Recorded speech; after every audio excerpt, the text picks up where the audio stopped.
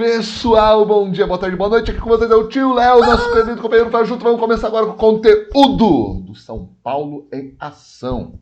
Pessoal, nós vamos tratar na aula de hoje, vamos tratar do conteúdo Crônicas e Conectivos da missão 12 e vamos tratar sobre romance e conectivos também. Eu acredito que é a missão 13 do livro São Paulo em Ação de Orientação de Estudos de Língua Portuguesa. Então, como que nós vamos fazer? Eu vou ler com você, meu querido e querida Picurrutia, o livro de português de orientação de estudos de língua portuguesa São Paulo em Ação. Esse livrinho aqui que você vai ver, livrinho de capa branca. E nós vamos aí discorrer sobre o conteúdo dele e vamos resolver algumas tarefitas. Beleza, pessoal? Então, sem delongas, deixa eu mostrar a telinha do livro. Como eu não tenho vinheta, já vamos direto para o assunto, ok? Então vamos lá, deixa eu ver aqui. Onde que está? Apresentação do PowerPoint, livro do estudante São Paulo em Ação. Aqui, meu querido povo, aqui, deixa eu colocar a minha cara em algum lugar dessa tela. Deixa eu ver aqui. Deixa eu ver. Para onde que eu vou?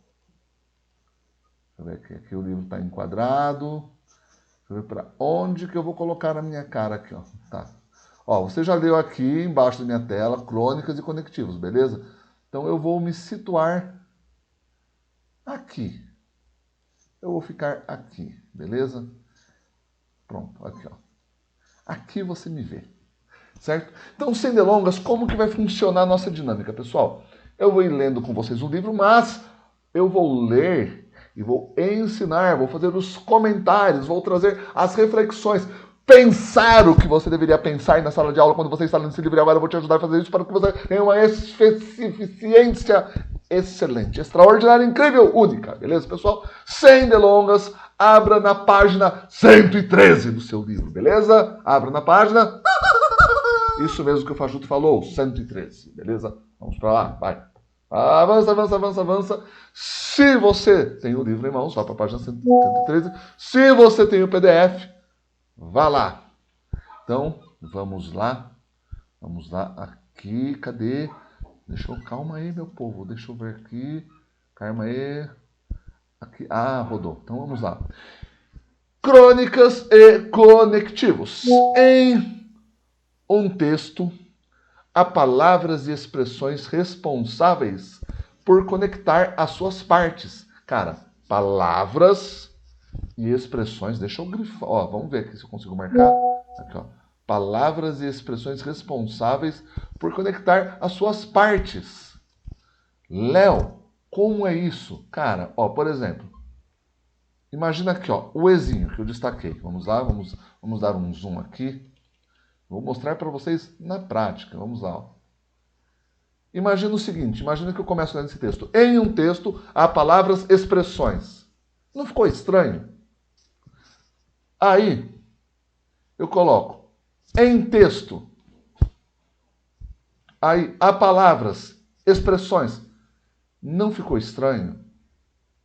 Palavras que significam expressões, se eu tiro o E.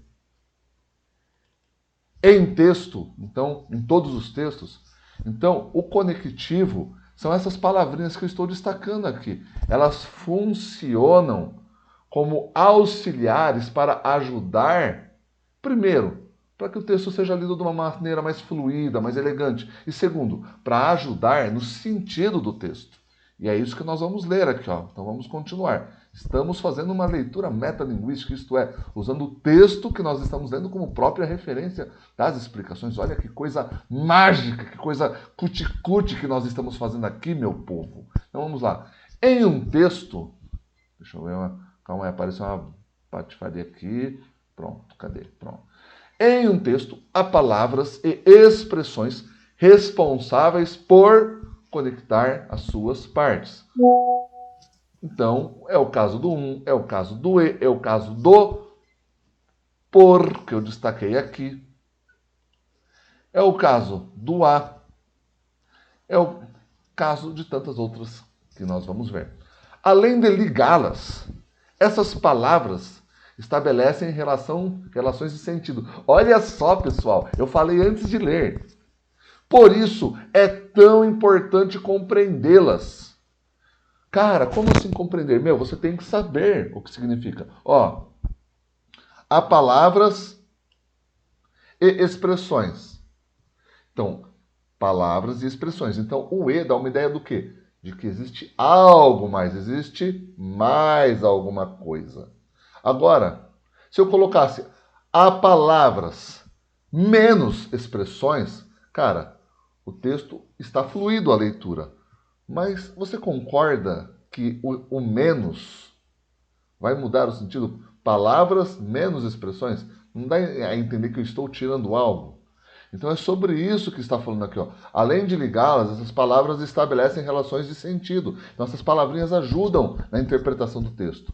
Por isso é tão importante compreendê-las e saber usá-las de maneira adequada. Ou seja, você tem que saber qual palavra usar e para que você saiba qual palavra usar, você tem que saber o sentido dessa palavra. Como que ela contribui, como que ela mantém o sentido do texto. Então o que se espera? Que você saiba, que você aprenda a utilizar essas palavras. Para quê? Para que você melhore o sentido do seu texto, para que você aprenda a escrever um texto com sentido e para que você também aprenda a ler um texto e sugar o melhor dos sentidos dele. Então vamos lá. Nesta missão, você vai identificar essas palavras e expressões em um texto e analisar as relações de sentido que elas estabelecem no contexto, isto é, na situação em que foram empregadas, isto é, usadas. Meus queridos, às vezes eu olho para o lado porque eu tenho 1, 2, 3, 4, 5, 6, 7 telas, tá ok? Então eu tenho que olhar, às vezes eu estou consultando N materiais, então eu olho para várias telas. Então me perdoem se eu não olho para aqui, ó. Essa daqui é a câmera onde eu estou me filmando, mas existem outras máquinas que eu estou consultando aqui, tá joia? Então vamos lá. Vamos descer aqui, vamos ver. Pergunta. Calma aí.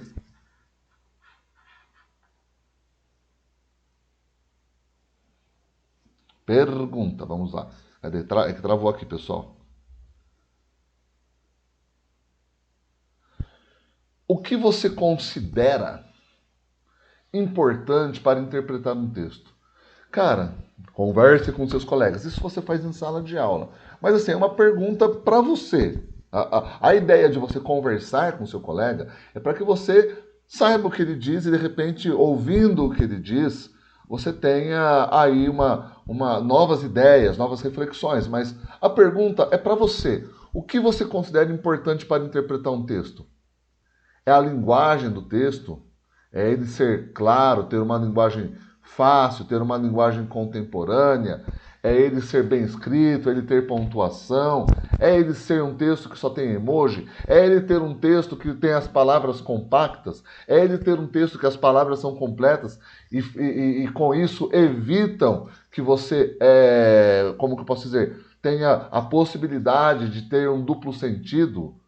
O que você considera importante para interpretar um texto? Cara, eu, por exemplo, eu considero importante o bom uso de conectivos, isto é, de palavras que conectam as palavras, que conectam expressões. Acho importante o uso de expressões também, que sejam completas, que sejam claras. Acho importante que exista concordância de número, isto é, se uma coisa está no plural, que o restante esteja no plural. Para evitar o quê? Para evitar que eu fique em dúvida. Estou falando de várias coisas ou de uma coisa? Gera essa dúvida quando não existe concordância de número. A pessoa é masculina ou é feminino. Então é necessário também que as palavras indiquem se alguém ou se aquilo a que se refere está no gênero masculino ou feminino, para evitar duplicidade de interpretação. Então são pontos que eu acho importantes, que eu considero importante para interpretar um texto. Ter uma referência, quem escreveu esse texto, quando ele foi escrito, em que situação ele foi escrito, em qual momento histórico ele foi escrito. Cara, você pode pegar um texto, por exemplo, você pega A Revolução dos Bichos, um texto muito bacana, está lá inclusive no Leia São Paulo. Você lê aquele livro, sem entender que ele foi escrito no contexto da Segunda Guerra Mundial, cara, você vai fazer uma leitura, você não vai ver sentido de porque o livro foi narrar, a história acontece, a narrativa dentro de uma fazenda, sendo que hoje a gente vive num contexto mais urbano, e aí você entende que naquela época ainda a vida agrária fazia parte daquele contexto. Então, assim, o que eu considero importante para interpretar um texto? Ter o máximo de informações possíveis em termos de palavras, em termos de significados, em termos de quem, quando, onde, para quem foi escrito o texto. Que recurso você costuma usar para saber o sentido de termos ou expressões desconhecidas em um texto? Cara, aqui existem dois termos. Deixa eu ver se eu consigo colocar aqui. Deixa eu ver se eu consigo escrever. Vamos ver se vai me permitir escrever. Se não permitir escrever, lascou. Deixa eu ver aqui. Destaque, sublinhar, taxado. Deixa eu ver. Inserir texto. Ah, vai permitir inserir texto. Vamos ver. Vai permitir mesmo? Ah, vai permitir aqui, ó. Então vamos ver. O que eu considero importante? Que recurso você costuma usar para saber o sentido dos termos e expressões desconhecidos de um texto? Cara, existe uma coisa que se chama deixis. Calma, deixis. A deixis diz respeito a um processo de interpretação, que é a anáfora e a catáfora. Cara, o que é anáfora? Anáfora você interpreta a partir daquilo que existe dentro. Ok? Que existe dentro da onde? Dentro do texto. Então, às vezes eu não sei o significado de uma palavra. O que eu faço? Eu paro naquela palavra? Não. Eu leio o texto, procuro ler o máximo possível do texto, e aí, com base na leitura geral do texto, eu consigo inferir, isto é, entender o significado de uma palavra específica que eu não conheço. Essa é uma primeira estratégia de como saber o sentido de termos ou expressões que eu desconheço. Também, e essa análise, ela leva em conta o quê? Também quem escreveu o texto, quando foi escrito, a linguagem que está sendo usada, aonde foi escrito esse texto. E uma outra estratégia é a catáfora. Cara, Léo, o que é catáfora? Cara, pensa em catapulta. Sabe aquela máquina antiga que o pessoal colocava um peso assim, aí puxava, pum, disparava pedra? Na época que haviam as disputas para conquistar castelos, tudo mais. Tá lá em Game of Thrones e outros filmes. Então, pensa nisso. A catáfora é você jogar para fora. Ou seja, você procurar para o lado de fora do texto o sentido daquilo que está sendo dito. Então, você lê o texto, você não sabe. Então, você tenta pensar em coisas de fora do texto que te ajudem no processo de significação. Certo? Vamos lá, vamos continuar aqui. Etapa 1, cara, já vamos para as tarefinhas. Olha que coisa cuti-cuti. Olha que coisa cuti-cuti que nós vamos. Deixa eu diminuir um pouquinho a tela aqui. Não acho que vai. Ah, não vai cortar, não. Vamos lá. Leia a seguir a crônica Férias em Família, de Clara Braga. Só que, cara, uma coisa assim que eu achei um pouco, como que eu posso dizer, brutal nesse manual. Ele já não deu o significado de crônica. Então vamos lá. Como que eu posso dizer? A crônica, olha só o nome do gênero. Crônica.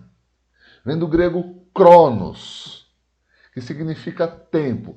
Léo, então o que seria uma crônica? Cara, a crônica é um gênero textual que trabalha os acontecimentos cotidianos e ponto. Como assim, Léo?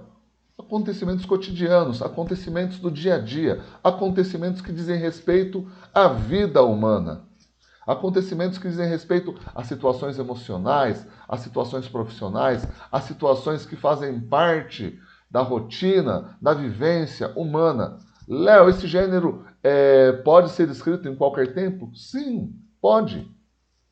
A partir de certo modo, a partir do momento que você tem um relato ficcional, porque normalmente a crônica é ficcional. Quando você tem um relato ficcional, mas que espelha, isto é, que mostra os acontecimentos humanos, você tem aí uma crônica. Então vamos lá. Leia a seguir a crônica Férias em Família, de Clara Braga.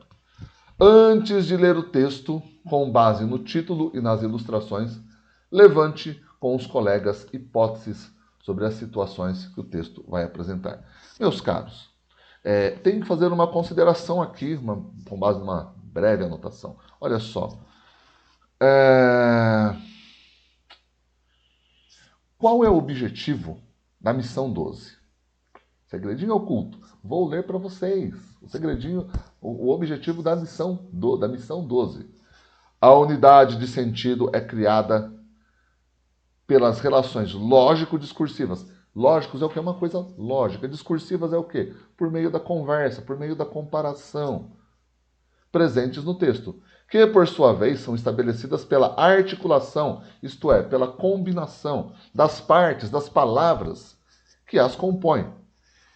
Você perceber que existe essa relação entre palavras, entre frases, entre orações, é o que está sendo buscado que você entenda nessa missão. Então, assim, qual que é a sacada? A sacada é que além de você aprender a crônica, que por meio do gênero crônica, que é um gênero que fala da vivência humana, é que você também observe no texto, que um texto bem escrito, um texto que possui bons conectivos, um texto que possui frases complementares, estruturas complementares, ajudam na significação. Na crônica, assim como em todo tipo de texto, expressões conectoras, como as conjunções. Conjunções liga frases, pessoal. Os advérbios, isto é, os advérbios eles qualificam uma ação. Correu rapidamente. O verbo correr é uma ação. Como que ele correu? Rapidamente. Bonito, de matar. Então, bonito indica o que? Uma característica, um adjetivo. E de matar é o que? É tão bonito que é de matar. Então, o advérbio ele qualifica, ele melhora uma característica do adjetivo. Por exemplo, e as respectivas locuções. Cara, o que é uma locução? Locução é uma combinação de dois tipos de uma mesma palavra. Por exemplo, uma locução substantiva. Vamos lá, vou dar um exemplo. Não é um substantivo composto. Guarda-chuva. Você tem duas palavras compondo um mesmo substantivo.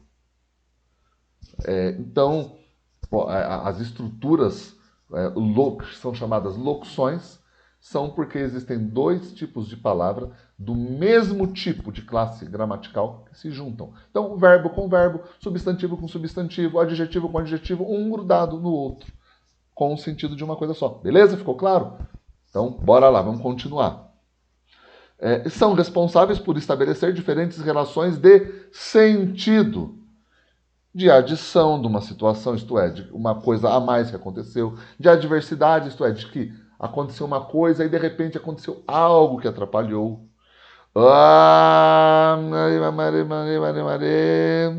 De tempo, quando aconteceu, de condição em que a situação aconteceu, de comparação de uma coisa com outra e por aí vai. Cadê? O que possibilita utilizar o gênero para trabalhar a identificação dessas classes responsáveis pelas relações lógicas discursivas. Beleza? Então, o que significa relações lógicas discursivas? Simplesmente significa que quando você usa bem as palavras, isso facilita com que você entenda o sentido do texto. Então, o que nós vamos fazer, pessoal? Nós vamos resolver a primeira questãozinha que está aqui, ó. Essa aqui, antes de ler o texto, com base no título e nas ilustrações, levante com os colegas, seu colega sou eu aqui, hipóteses sobre situações em que o texto vai apresentar. Então, nós vamos fazer isso. E aí, como que a gente vai analisar esse texto? Calma aí, deixa eu tirar esse negócio aqui. Vocês não estão vendo, mas eu estou com uma tela problemática na tela. Pronto. E aí, como que a gente vai analisar? Cara, eu vou ler o texto com vocês, mas eu também vou fazer a análise das palavras. Fechou? Então, bora lá. Então,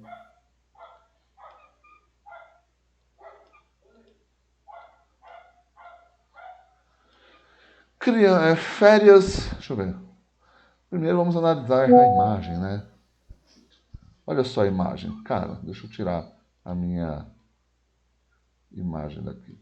Olha a imagem. Você tem o quê? Você tem uma mesa, várias pessoas reunidas aí nessa mesa, um peixe, salada, arroz, suco, parece que tem uma garrafa de vinho, o cachorro, alguém tirando foto, bebê, todo mundo dando risada, todo mundo tá dando risada mesmo, todo mundo sorrindo, todo mundo se expressando, uns ouvindo. Aí você tem o vovô e a vovó lá na frente, aí você tem a mulher.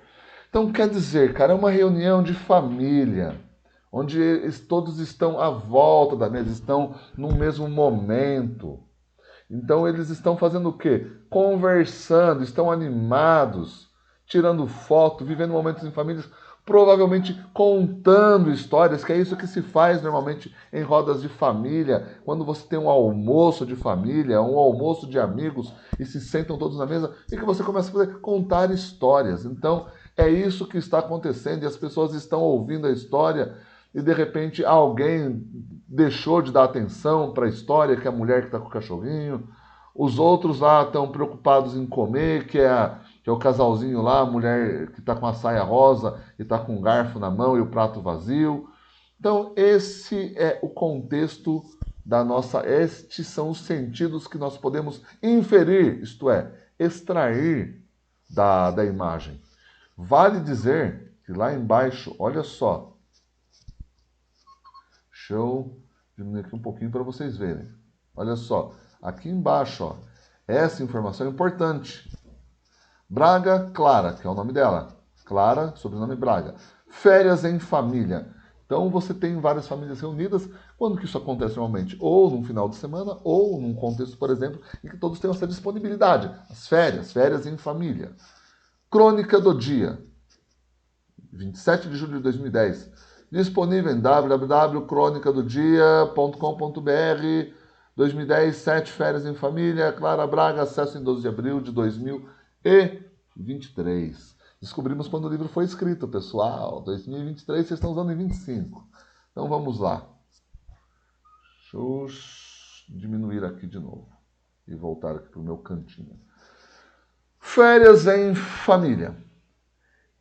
Cara, primeira coisa, ó. Vamos falar sobre estrutura textual. Ó, olha o parágrafo aqui, ó. Olha aqui onde eu estou mostrando, ó, o espacinho que tem. Então, todo início de estrutura, de bloco, você tem um parágrafo, que é o quê? É esse espaço aqui. Mas vamos lá. Crianças são seres engraçados e peculiares. Léo, o que significa peculiar? Significa único. Significa exclusivo. Significa que tem particularidades que outros seres não têm. E aí ela continua falando, por causa disso então, né? Eu adoro criança. Acho engraçado como cada uma tem seus medos bobos, sua forma de chamar a atenção, suas birras, etc. Então essas são as peculiaridades da criança. Eu fui uma criança chatinha. Então a narradora, ela diz isso, ela admite que ela foi uma criança chatinha. Não que eu lembre da minha infância toda, mas a minha família faz questão de não me deixar esquecer. Ou seja, ela está numa roda de família e a família está falando sobre quem? Sobre ela. Sobre ela quando? Quando ela era criança. Normalmente as famílias... Cara, olha só. Imagina que aqui nós já estamos falando sobre conectivos. Cadê? Imagina aqui, ó.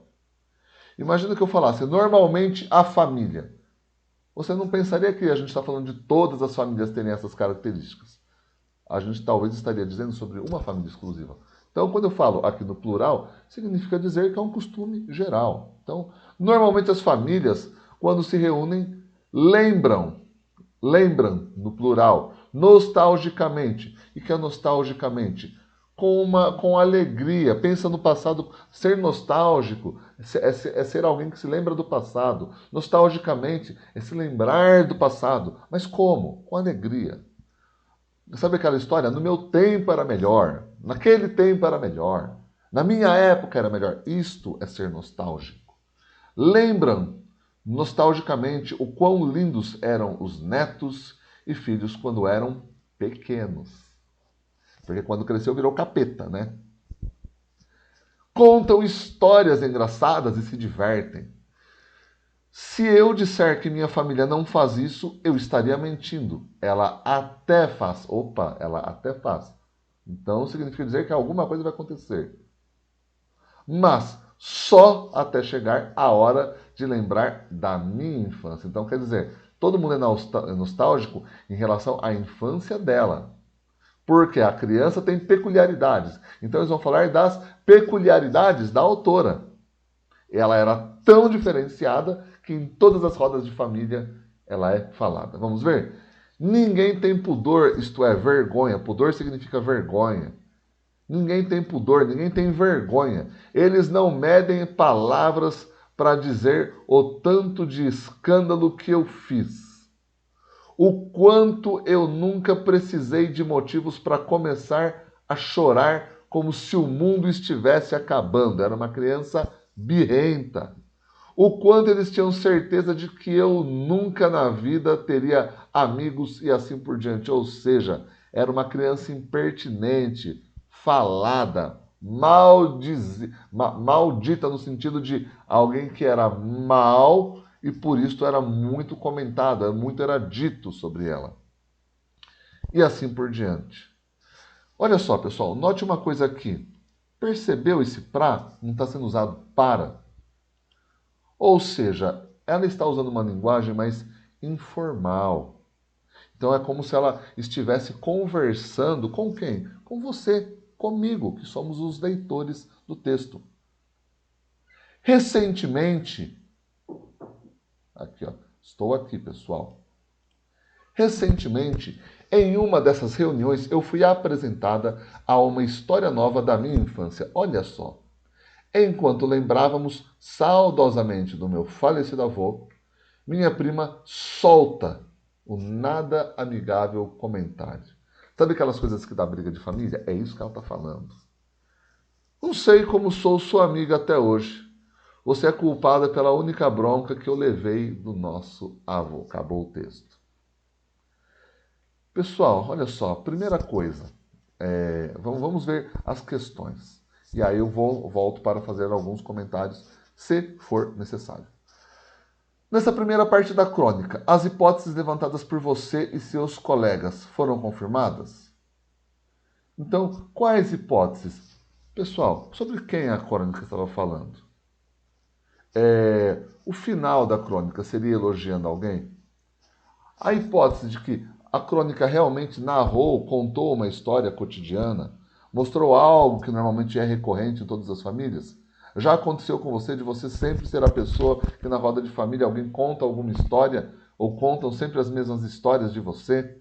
Já aconteceu de alguém contar uma história desagradável sobre você numa mesa de família e você, para evitar briga, ter ficado quieto, quieta? Então, isso é sobre isso que está falando. Fora disso também, a sua hipótese sobre o uso dos conectivos, porque, cara, essa é a grande questão. Conectivos são conectores. Olha só, vamos fazer uma leitura aqui, ó. Crianças são seres engraçados, peculiares. Não ficou estranho? Ou crianças são seres engraçados, mas não peculiares. Ou seja, eu estaria dizendo que as crianças são seres engraçados, todavia, não são seres diferentes, não têm particularidades, são iguais a adultos. O que mudaria esse sentido? Esse e peculiares. Se eu digo, crianças são seres engraçados, peculiares, não ficou mal escrito? Não ficou? Parece que travou a língua. Eu adoro criança. Acho engraçado. Agora, imagine, eu adoro criança, é engraçado. Cada uma, medos bobos. Você percebe que a ausência de algumas palavras começa a dificultar o significado? Agora imagine que eu dissesse o seguinte. Calma aí, deixa eu marcar aqui. Aqui ela fala, ó, tá no singular. Eu adoro criança, acho engraçado como cada uma tem seus medos bobos, sua forma de chamar a atenção, suas birras. Então ela fala que ela adora criança. E se ela dissesse, eu adoro crianças, acho engraçado como cada uma tem seus medos bobos. Então ela adora crianças que ela considera engraçada. Não toda criança, mas as crianças que ela considera engraçada. E as crianças que ela considera engraçadas, elas têm um medo bobo. Percebe que já muda o sentido? É sobre isso que nós estamos falando. E é isso que eles esperam que vocês percebam, tanto no texto, como principalmente na hora de você escrever. Nos 2 primeiros parágrafos. Calma aí, travou aqui.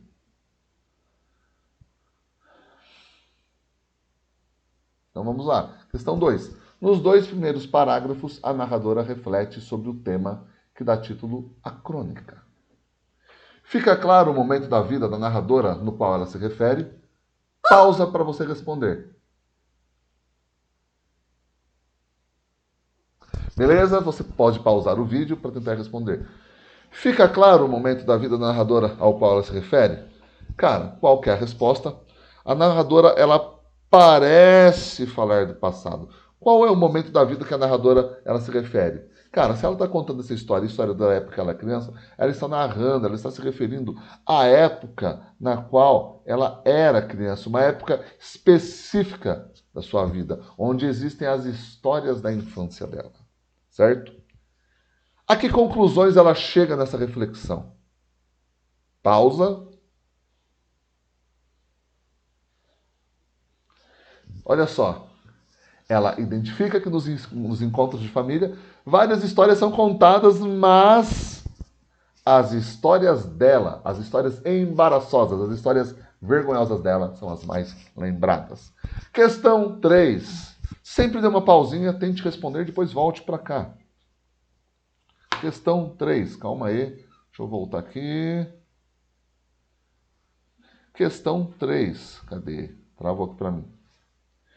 Que palavra parece marcar o final da reflexão do narrador e o início da narrativa de uma história? Olha só, a narradora é uma narradora, na verdade, né? Ela conta uma história, ela começa a fazer uma reflexão de como são os encontros de família, do que acontece, ela fala das crianças, as crianças são peculiares e tem características que ela gosta. E de repente ela para essa reflexão e ela começa a contar uma história que acontece com ela.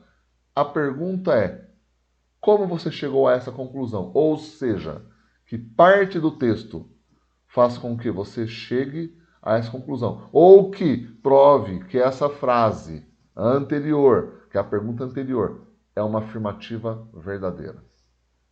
Pausou? Vamos lá. A palavra é recentemente, pessoal. Então,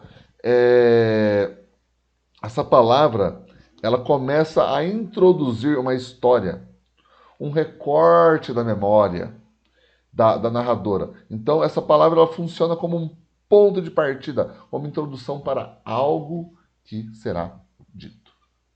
Questão 4. Finalmente, pessoal, vamos lá. Finalmente. Questão 4. Que parte. Deixa eu ver aqui. A letra aqui está maior. Que parte do trecho apresenta o conflito ou problema que constitui o enredo? Cara, o que é o enredo? Enredo é o assunto, ok? Enredo é o assunto maior. É o que está coordenando tudo o que está acontecendo no texto. É uma situação que envolve tudo o que está acontecendo. Cara, quer um exemplo? Ó, vamos lá. Vingadores. Tá, um dos últimos filmes dos Vingadores, quando o Thanos vai em busca. Quando o Thanos vai em busca das joias do infinito. Cara, qual que é o enredo? É o que? O Thanos indo em busca das joias do infinito e cada um dos Vingadores, vivendo as suas situações, se reunindo em prol do quê? Conta-se a história de cada um deles até que chega ao ponto em que eles se reúnem para quê? Para impedir o Thanos de conquistar as joias do infinito e completar o seu plano de exterminar 50% de de todo o ser vivo do universo. Então, este é o enredo. Da mesma forma, a pergunta aqui é: que parte do trecho apresenta o conflito ou o problema que constitui isto é, que é o enredo, que é o ponto máximo que faz com que tudo aconteça nessa história. Copie essa passagem.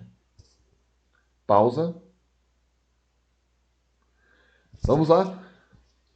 Enquanto lembrávamos saudosamente do meu falecido avô, minha prima solta o nada amigável comentário.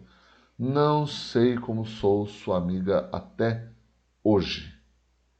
Você é culpada pela única bronca que eu levei do nosso avô. Então, essa frase ela marca é, um problema, um conflito que começa a trazer o enredo do texto, o enredo da crônica, que é o quê? É o acontecimento desagradável onde o foco é a narradora. Vamos lá, fique ligado. As crônicas apresentam situações do dia a dia, foi o que eu falei para vocês no começo. Muitas vezes a noção de tempo e de espaço são muito importantes para contextualizar e dar sentido ao texto. Foi o que eu falei para vocês, principalmente quando eu comentei a obra A Revolução dos Bichos.